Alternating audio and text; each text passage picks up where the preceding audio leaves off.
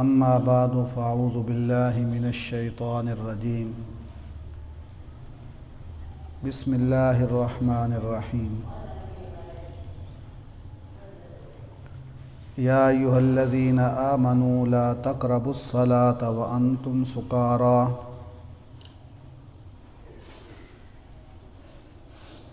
وأنتم سكارى حتى تعلموا ما تقولون ولا جنبا إلا عابري سبيل حتى تغتسلوا وإن كنتم مرضى أو على سفر أو جاء أحد منكم من الغائط أو لامستم النساء فلم تجدوا ماء فتيمموا صعيدا طيبا فامسحوا بوجوهكم وأيديكم إن الله كان عفوا غفورا. سبحان ربك رب العزة عما يصفون وسلام على المرسلين والحمد لله رب العالمين.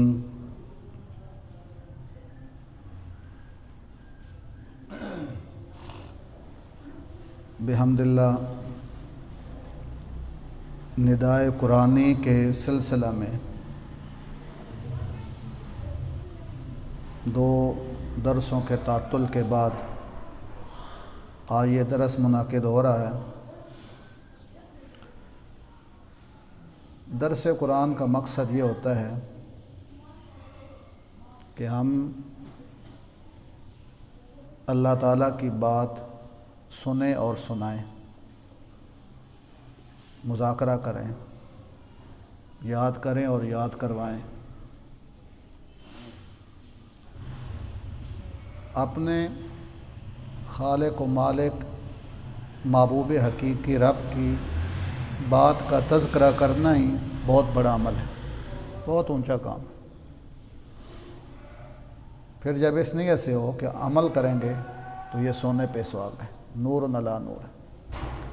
اللہ تعالیٰ عمل کی نیت سے سننے کی توفیق عطا فرمائے. اس آیت کریمہ سے چند آیات پہلے پچھلے صفحے کے شروع میں، اس سے پچھلا صفحہ 77، اس کی آیت نمبر 3 سے اللہ تعالیٰ نے اپنے بندوں کو حکم دیا ہے وَاعْبُدُوا اللَّهَ، وَاعْبُدُوا اللَّهَ، اے بندو اپنے اللہ کی عبادت کرو. وَلَا تُشْرِكُوا بِهِ شَيْئًا، اس کے ساتھ کسی کو شریک نہ کرو. تو عبادت کا حکم تھا. عبادات میں سے سب سے اہم عبادت نماز ہے. اسلامی عبادات میں سے سب سے اہم اور ضروری عبادت نماز ہے. یہ نماز ایک ایسی عبادت ہے جس کے ذریعے بندے اور معبود کا تعلق مضبوط ہوتا ہے. بندے کا اپنے رب سے تعلق مضبوط اور پختہ ہو جاتا ہے. اور یہ نماز ایک ایسی عبادت ہے جو کہ اپنے خالق و مالک سے مانگنے کا، ضرورتیں پوری کروانے کا سب سے مؤثر ذریعہ اور واسطہ ہے.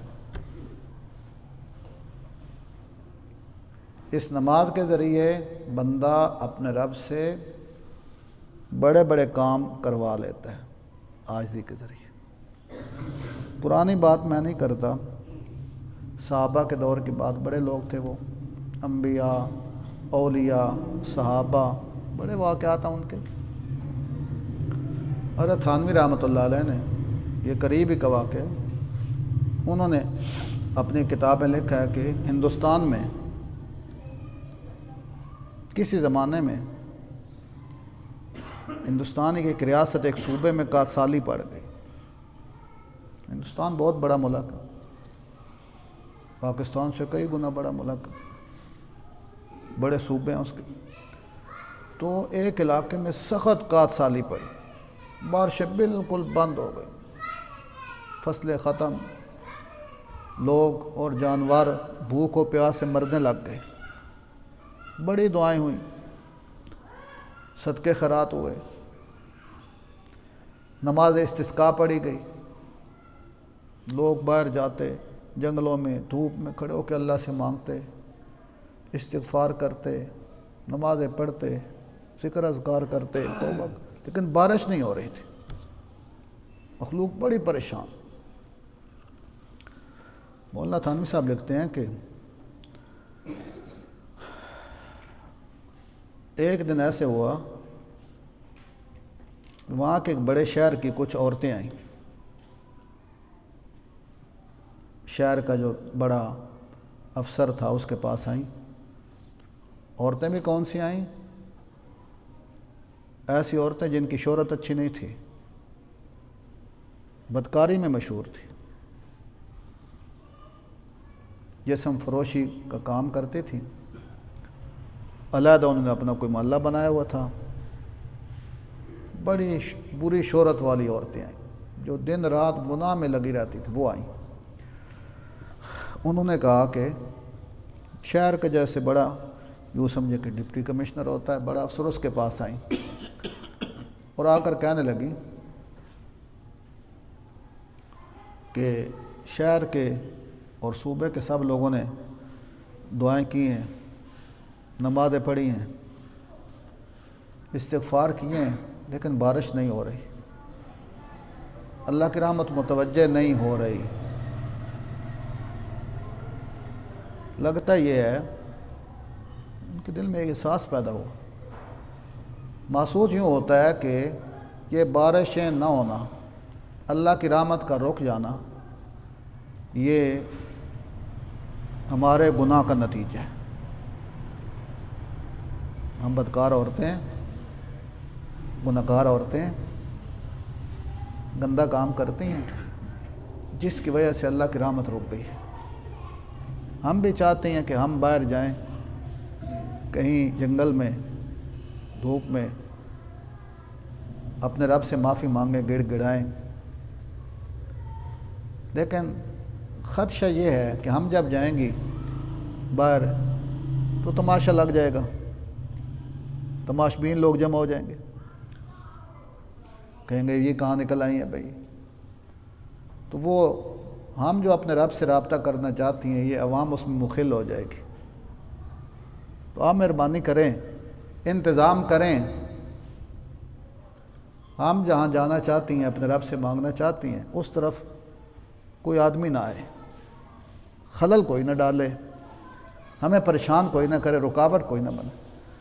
ایسا ہوتا ہے بھئی یہ بدکار عورتیں ہیں، یہ منحوس ہیں، فلاں کوئی ہنگامہ کھڑا کر دے، جلوس نکل جائیں، تو ہم آپ سے یہ درخواست کرتی ہیں کہ آپ اس کا انتظام کریں، باقی ہم اپنے رب سے معافی مانگیں گے۔ مولانا تھانوی لکھتے ہیں کہ اس نے کہا ٹھیک ہے، منا لو اپنے رب کو۔ وہ بدکار عورتیں نکلیں، باہر گئیں، سخت دھوپ میں نمازیں پڑھیں، استغفار کیا، رب کے سامنے روئیں۔ حضرت فرماتے ہیں کہ ان کے رونے سے اللہ نے اس صوبے میں اپنی باران رحمت نازل فرما دی، بارش ہوئی، بارش ہوئی۔ دیکھو کیا کہ کیا حیثیت تھی، بظاہر معاشرے میں سب سے برا اور گھٹیا ان کو سمجھا جاتا تھا، لیکن جب رب کی بارگاہ میں آئیں، اپنے گناہوں کا اعتراف کیا کہ ہم نحوست ہیں، ہم گناہ گار ہیں، یا اللہ ہمارے گناہوں کا وبال سب مخلوق پہ نہ ڈالیے، ہمیں معافی دیجیے، بران رحمت نازل فرما دیں۔ بارش ہوئی، اور پھر حضرت کہتے ہیں کہ ہو سکتا ہے کہ اللہ نے ان پہ ہدایت کی بارش بھی کر دی ہو، برے کام سے باز آ گئی ہوں، بعض اوقات ایک واقعہ ہوتا ہے عبرت بن جاتا. تو یہ نماز رب کے ساتھ تعلق جوڑنے کا ایک مضبوط ذریعہ ہے. آج جو آیت ہم نے پڑھی ہے اس میں اللہ تعالیٰ نے اپنے مومن بندوں کو دو ایسی ہدایات دی ہیں کہ جن پر عمل کرنے سے یہ رابطہ اور بھی مضبوط ہو جاتا ہے، مؤثر ہو جاتا ہے، اور ان کے بغیر یہ رابطہ غیر مؤثر رہے گا. ان ہدایات پہ اگر عمل نہ ہو تو پھر فضول ہے، بے فائدہ ہے.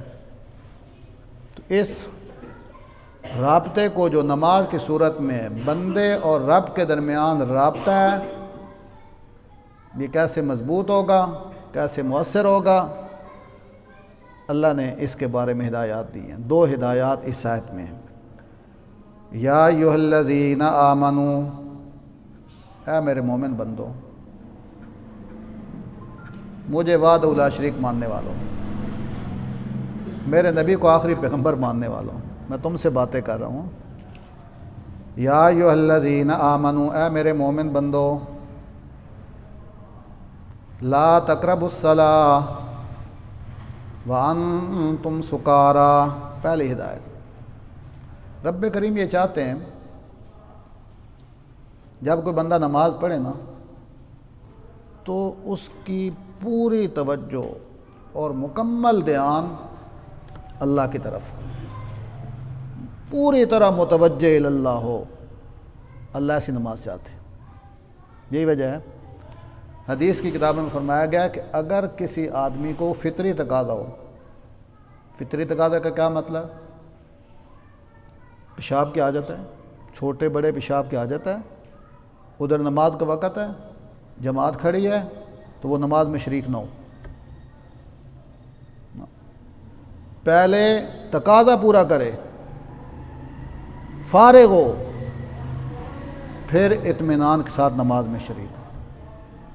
یہ کیا ہوا کہ اگر ایسی حالت میں نماز پڑھے گا، ادھر پیشاب کا تقاضا ہے، تو یہ توجہ اور دھیان کے ساتھ نماز نہیں پڑھ سکے گا، نماز اس کی بے فائدہ رہے گی. اسی طرح یہ بھی کہا گیا کہ اگر کسی آدمی پہ نیند کا غلبہ ہے، دماغ صحیح معنی میں کام نہیں کر رہا، تو وہ اس وقت نماز نہ پڑھے. آپ صلی اللہ علیہ وسلم ایک دفعہ مسجد میں تشریف لائے، رمضان کا مہینہ دیکھو بھائی، جہاں عورتیں نماز پڑھتی تھی اوپر رسی لٹکی ہوئی تھی. فرمایا یہ رسی کس نے لٹکائی؟ یہ فلاں بی بی ہے، وہ رات کو نماز پڑھتی ہیں، جب نیند آتی ہے تو اپنی بالوں کو رسی کے ساتھ باندھ دیتی، جھٹکا لگے گا نیند دور ہو جائے گی. فرمایا نہیں، اس نماز کی ضرورت نہیں. جب نیند آئے تو سو جاؤ، نیند پوری کرو پھر نماز پڑھو. اس لیے فرمایا نیند کی حالت میں کوئی نماز نہ پڑھے، کیونکہ نماز میں تو اللہ کا ذکر کرنا ہے. نماز نام ہے تسبیح کا، تکبیر کا، تحلیل کا، اللہ کی پاکی بیان کرنی ہے، اللہ سے مانگنا ہے. اور اگر سوئے سوئے نماز پڑھے گا تو نہ معلوم یہ اللہ سے مانگ رہا ہے، تسبیح کر رہا ہے، یا اپنے آپ کو گالیاں دے رہا ہے. اس لیے کہا ایسی بے دھیانی والی نماز کی ضرورت نہیں ہے، توجہ والی نماز ہونی چاہیے. تو ایک صورت کا تذکرہ کیا ہے جہاں اس آیت میں جو بے توجہ کی حالت تھی جس سے بڑا نقصان ہو سکتا ہے، اللہ اسے منع فرمایا. اللہ نے ہوا یہ کہ ایک صحابی نے اپنے دوستوں کی، صحابہ کی دعوت کی، اور دعوت بھی اس زمانے میں کی جس زمانے میں ابھی تک شراب کی حرمت کا واضح حکم نہیں آیا تھا. بس یہ کہا گیا تھا کہ اسمہما اکبر من نفعہما، کہ شراب کا نقصان زیادہ ہے، فائدہ کم ہے، سمجھداروں کو اس سے بچنا چاہیے. واضح طور پہ یہ نہیں کہا یہ حرام ہے، بچ جاؤ بچ جاؤ، ایسا حکم نہیں تھا. تو دعوت کا اہتمام ہوا. اس دعوت میں جہاں کھانے پیش کیے گئے، مشروبات میں شراب بھی رکھی گئی، جیسا ایک بوتلیں رکھتے ہیں، شراب رکھی گئی. تو بعض صحابہ نے شراب پی لی، کیونکہ اس وقت حلال تھی، حرام تھی نہیں۔ ظاہر ہے کہ شراب، عربی میں اس کو خمر کہتے ہیں۔ خمر کا معنی ہے خمار چڑھنا، دماغ کا بوجھل ہو جانا، دماغ کام کرنا چھوڑ جاتا ہے۔ وہ جب شراب پی، اس کا نشہ چڑھا، ادھر مغرب کی نماز کا وقت ہو گیا۔ وہ نماز کے بھی عادی تھے، پابند تھے۔ چلو جی ایک کو آگے کیا نماز پڑھائیں، مشہور صحابی جنہیں نماز پڑھائی حضرت علی رضی اللہ تعالیٰ، باقی صحابہ پیچھے کھڑے ہو گئے۔ جب قرات شروع کی تو سورۃ الکافرون پڑھی، قل یا ایھا الکافرون لا اعبد ما تعبدون، لا اعبد ما، لا کا لفظ آتا ہے، لا اعبدو، میں عبادت نہیں کرتا، ما تعبدون، جن کی تم کرتے ہو، یعنی کفار کے شرک سے بیزاری کا اعلان ہے۔ میں تمہارے شرک سے بیزار ہوں، تو تمہارے خداؤں سے بیزار ہوں۔ لا اعبد ما تعبدون، پڑھنا یہ تھا۔ لا نشے کی حالت میں تھے، امامت کی، قرات کی، تو لا کو حذف کر دیا، لا کو گرا دیا اور پڑھ دیا اعبد ما تعبدون، معنی بالکل بدل گیا۔ شرک کی تردید کرنی تھی، شرک کا اثبات ہونے لگا کہ جن کی تم عبادت کرتے ہو میں بھی کرتا ہوں، یار معنی الٹ ہو گیا۔ تو اس پر اللہ نے آیت کریمہ نازل فرمائی، یا ایھا الذین آمنوا، اے ایمان والو، لا تقربوا الصلاۃ، نماز کے قریب بھی مت جاؤ۔ نماز پڑھنے تو ایک طرف رہی، قریب بھی مت جاؤ، انتہائی مبالغہ اختیار کیا کہ نماز کے قریب جانے کی بھی اجازت نہیں۔ کب جی وانتم سکارا، وانتم سکارا، جس وقت تم نشے کی حالت میں ہو، تم نماز پڑھنے کے قابل نہیں، انتم سکارا۔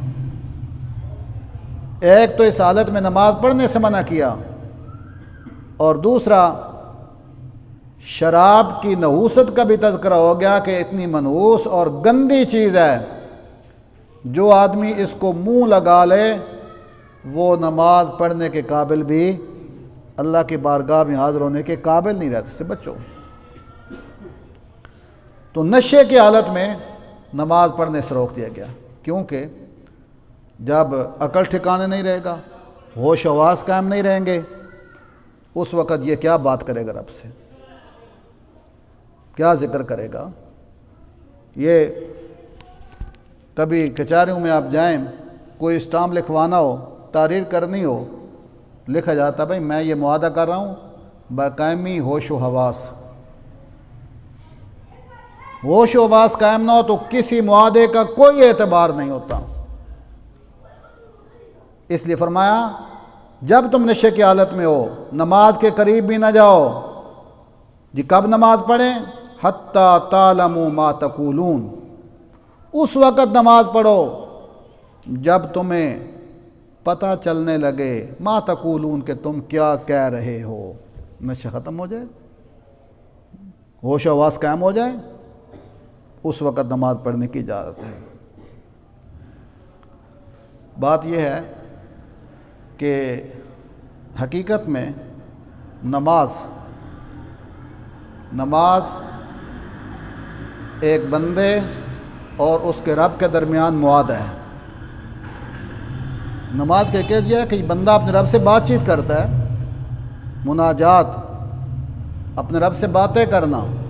نماز اپنے رب کے ساتھ باتیں کرنے کا ایک بہت زبردست ذریعہ ہے۔ مناجات کرنا، گفتگو کرنا، باتیں کرنا، عہد کرنا۔ اگر غور کریں تو پوری نماز آپ پڑھ جائیں، جو ہم تسبیح پڑھتے ہیں، تلاوت کرتے ہیں، ان میں آپ کو اندازہ ہوگا کہ یہ عہد ہے، رب سے معاہدہ ہو رہا ہے، رب سے معاہدہ ہے۔ مثلا دیکھیے جب ثنا پڑھتے ہیں تو کیا کہتا ہے آدمی؟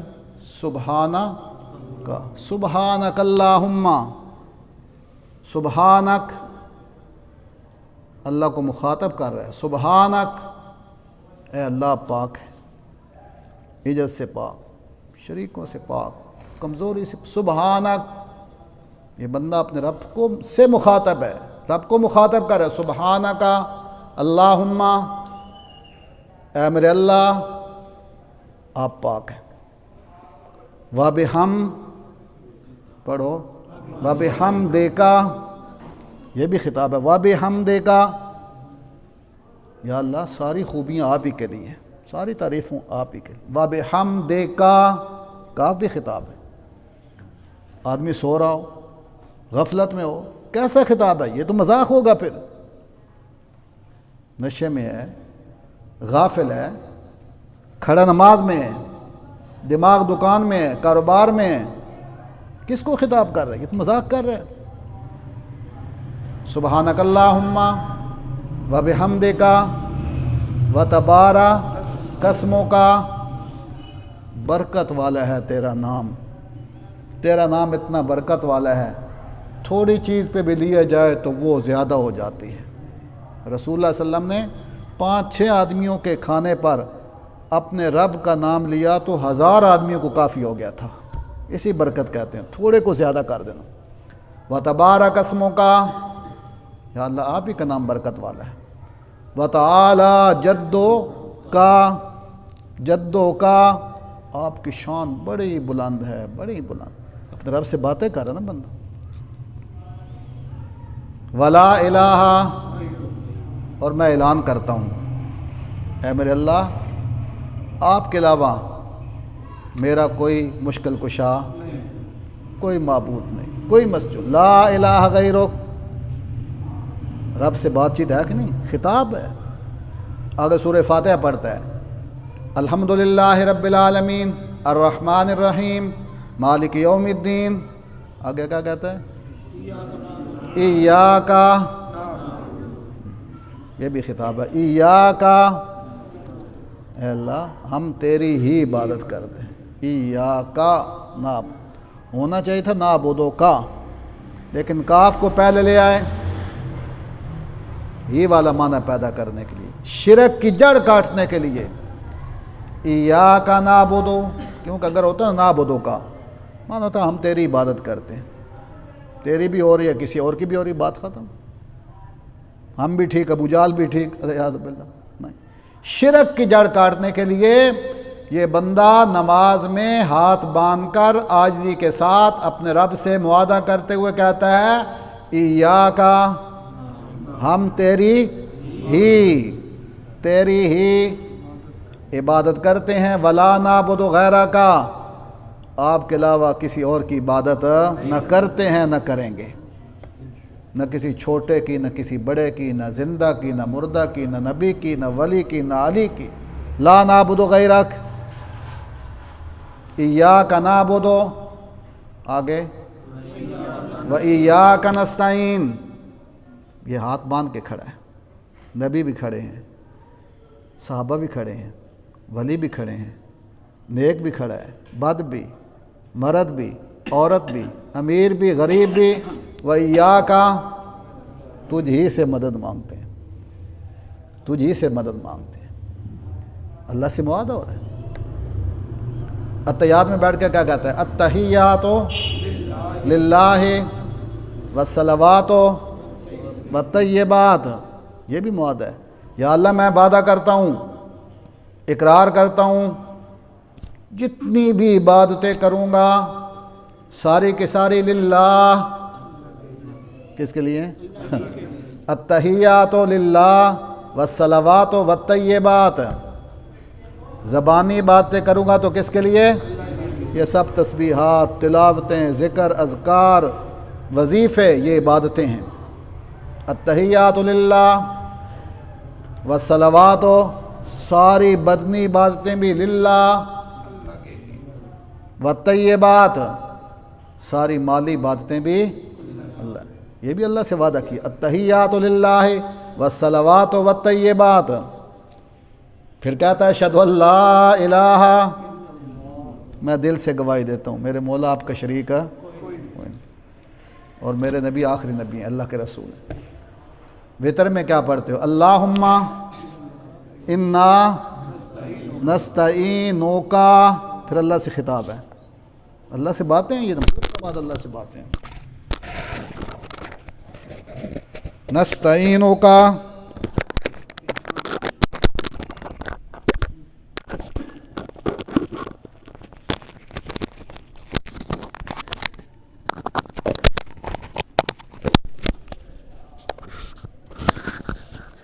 نستعینک، اے اللہ ہم آپ ہی سے مدد مانگتے ہیں۔ نستعینک جماعت ہوتی ہے نا، با جماعت نماز، اس لیے جماعت وہی ہے جو جماعت کے ساتھ ہو، جمع کسی کے۔ نستعینک، اے اللہ ہم تجھی سے آگے، ونستغفرک، تجھ سے معافی مانگتے ہیں۔ ونؤمن بک، آگے پڑھیے، ونتوکل ونثنی علیک الخیر ونشکرک ولا نکفرک ونخلع ونترک من یفجرک، یا اللہ جو تیرا باغی ہے ہمارا اس سے تعلق ہے، جو تیرا باغی ہے ہمارا کیا لگتا ہے، جو تیرا دشمن ہے وہ ہمارا بھی دشمن۔ اللہم انا، یہ سب خطاب ہے،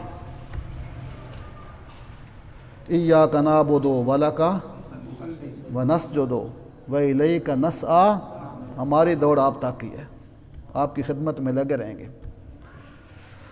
یہ سب معاہدہ ہے، عہد ہے۔ تو یہ معاہدہ تبھی ہوگا جب ہوش و حواس قائم ہوں گے۔ ہوش و حواس قائم نہیں تو کیا رب سے بات کرے گا؟ تو جو بھی معاہدہ کرو بقائمی ہوش و حواس۔ ساتھ ایک اور بات بھی ملا لوں، یہ ہمارے لیے ہے جن کو عربی کا پتہ نہیں ہے۔ فرمایا حتی تعلموا ما تقولون، نماز پڑھتے ہو تو اس حال میں نماز پڑھو تعلموا ما تقولون، کہ تم جانتے ہو کہ کیا کہہ رہے ہو۔ کم از کم نماز کا ترجمہ آنا چاہیے، تعلموا ما تقولون، پھر مزہ ہی اور ہو جائے گا۔ پھر دیکھو نماز کی کیفیت کیا بنتی ہے، تعلموا ما تقولون، ہوش و حواس بھی قائم ہو اور نماز کا ترجمہ بھی آتا ہو، پھر نماز بڑھے گی جاندار، توجہ سے ہو، دھیان سے ہو۔ یہ خشوع خضوع ہوتا ہے۔ ایک وقت خشوع ہے کہ ظاہری طور پہ آپ بادب کھڑے ہو جائیں، ہاتھ باندھ کے سکون کے ساتھ، عاجزی کے ساتھ، یہ وہ خشوع۔ خضوع دل بھی متوجہ اللہ کی طرف ہو جائے۔ جب دونوں چیزیں ملتی ہیں، خشوع اور خضوع، پھر نماز مکمل ہوتی ہے۔ پھر دھیان اللہ کی طرف، الفاظ کا معنی آتا ہو، ترجمہ آتا ہو نماز کا، تو پھر یہ جاندار نماز ہو جائے گی، قیمتی نماز ہو جائے گی، قیمتی نماز۔ یہ وہ نماز ہو جائے گی جس کے بارے میں صحابہ کہتے ہیں کہ ہم اس نماز کے ذریعے اپنے بڑے بڑے مسائل اللہ سے حل کروا لیا کرتے تھے۔ اللہ سے وعدے کیے، اقرار کیے، اپنی عاجزی کا اقرار، اللہ کی بڑائی کا اعتراف کہ یا اللہ ہم تیرے عاجز غریب بندے ہیں، ہمارا آپ کے سوا کون ہے، یہ مشکل آن پڑی ہے، آپ کے سوا مشکلیں آسان کرنے والا کون ہے۔ اللہ کی رحمت کا سمندر جوش میں آتا ہے اور اللہ اپنے بندوں کی پریشانیاں دور فرما دیتے ہیں۔ حتی تعلموا ما تقولون، فرمایا نماز اس حال میں پڑھو کہ تم جان رہے ہو، ما تقولون، تم کیا کہتے ہو، کیا کہہ رہے ہو۔ حقیقت یہ ہے، حقیقت ماننی چاہیے، اس سے راہ فرار اختیار نہیں کرنی چاہیے، اس کا اعتراف کرنا چاہیے۔ ہم نماز پڑھتے تو ہیں لیکن نماز آتی کوئی نہیں، پڑھتے ہیں نماز آتی نہیں ہے۔ 100 میں سے 1-2 آدمی کو پتہ ہوگا کہ ہم کیا کر رہے ہیں، اکثریت کو نماز نہیں آتی، جس کا نتیجہ یہ ہے کہ مسجد میں آتے ہیں، کھڑے ہو کر اللہ سے یاد کرتے ہیں ایاک نعبد و ایاک نستعین، التحیات للہ، اللہم انا نستعینک و نستغفرک ایاک نعبد و لک نصلی، یہ اللہ سے وعدے کرتے ہیں، یہ کو پتہ کوئی نہیں میں کیا کہہ رہا ہوں، مسجد سے نکلتا ہے تو پھر کہتا ہے چلو سخی کے دربار پہ بھی چکر لگاؤں، پتہ جی کوئی نہیں، وعدہ میں نے کیا کیا ہے، اللہ سے بات کیا کی۔ ہماری مسجدوں میں ہی صبح کی نماز کے بعد اعلان ہوتے ہیں کہ آج بس جائے گی سلطان بہو، تیاری کر لو بھائی، کہاں گئے ایاک نعبد و ایاک نستعین، کہاں گیا التحیات للہ والصلوات والطیبات، پتہ ہی کوئی نہیں۔ اس لیے قرآن کہتا ہے اقیموا الصلاۃ ولا تکونوا من المشرکین، لوگوں نماز سیکھ کر پڑھو، جو سیکھ کر نماز پڑھتا ہے لا تکونوا من المشرکین، ہو ہی نہیں سکتا کہ وہ مشرک ہو جائے، قبر پرستی کرے، غیر اللہ سے مانگے، یہ ہو ہی نہیں سکتا، شرط یہ ہے کہ نماز سیکھ کے پڑھو۔ تو آج اگر یہ بات سمجھ آ گئی کہ نماز سیکھ کر پڑھنی ہے، توجہ سے پڑھنی ہے، دھیان سے پڑھنی ہے، تو یہ ہمارا درس آج کا انشاءاللہ کامیاب ہے۔ توجہ سے پڑھیں، دھیان سے پڑھیں، عاجزی سے پڑھیں، خشوع کے ساتھ پڑھیں، خضوع سے پڑھیں۔ صحابہ کی نماز ایسی ہوتی تھی۔ صحابہ کی تاریخ میں لکھا ہے حضرت عمر فاروق رضی اللہ تعالیٰ عنہ ایک دن نماز پڑھ رہے تھے، نماز پڑھ رہے ہیں، نماز پڑھتے ہوئے آیت کریمہ آ گئی، ان عذاب ربک لواقع، جماعت کرا رہے تھے مسجد نبوی میں جماعت، ان عذاب ربک لواقع، اللہ کا عذاب تو واقع ہو کر رہے گا۔ ایسے زاروں قطار روئے کہ پچھلوں کو ترس آنے لگ گیا۔ اسی طرح ایک دن نماز پڑھا رہے تھے، آیت کریمہ آ گئی، انما اشکو بثی وحزنی الی اللہ، سورہ یوسف کی آیت۔ حضرت یعقوب بچے گم ہو گئے، پریشانیوں نے گھیر لیا، انما اشکو بثی وحزنی الی اللہ، میں اپنے دکھ، اپنی تکلیفیں، اپنی پریشانیاں اپنے مولا کو سناتا ہوں۔ بس یہ پڑھنی تھی آیت، ساروں قطار روئے کہ جو پچھلے تھے ان کو ترس آنے لگ گیا، پتہ تھا نا ہم کیا پڑھ رہے ہیں، حتیٰ تعلموا ما تقولون۔ نماز قیمتی تب بنتی ہے جب توجہ ہو، دھیان ہو، اور پتہ ہو کہ ہم زبان سے کیا پڑھ رہے ہیں۔ اس بغیر نماز بے جان ہے، بے روح ہے، بے توجہ اور بے دھیانی سے پڑھی گئی نماز آدمی کو بد دعا دیتی ہے۔ جب نکلتا ہے نا یہ وہاں، وہ کہتی ہے زیاک اللہ کما زیانی، مجھے ضائع کر کے جا رہا ہو، اللہ تجھے بھی ضائع کر دے، اجاڑ دے تجھے بھی۔ نماز بد دعا دیتی۔ اللہ میں قیمتی نماز پڑھنے کی توفیق عطا فرمائے جان۔ آگے فرمایا ولا جنوبا الا عابری سبیل حتی تغتسلوا، دوسری ہدایت، نماز پڑھو تو ضروری ہے کہ جسم بھی پاک ہو، کپڑے پاک ہوں، جس جگہ پہ نماز پڑھتے ہو وہ جگہ بھی پاک ہونی چاہیے، جسم کا پاک ہونا ضروری ہے، کپڑوں کا پاک ہونا، جگہ کا پاک ہونا۔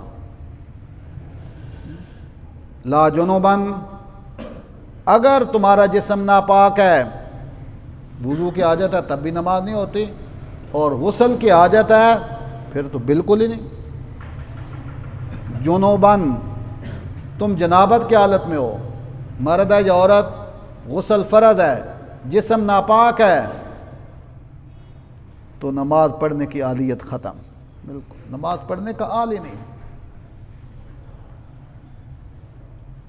حتیٰ تغتسلوا، جب تک غسل نہ کر لے نماز الا عابری سبیل، ہاں اگر اس حالت میں مسجد میں تھا، سو رہا تھا، جسم ناپاک ہو گیا، یا کسی آدمی کے گھر کا دروازہ مسجد میں کھلتا ہے تو گزرنے کی مجبوری کی حد تک اجازت ہے، لیکن جب تک جسم پاک نہ ہو جائے نماز پڑھنے کی اجازت نہیں ہے۔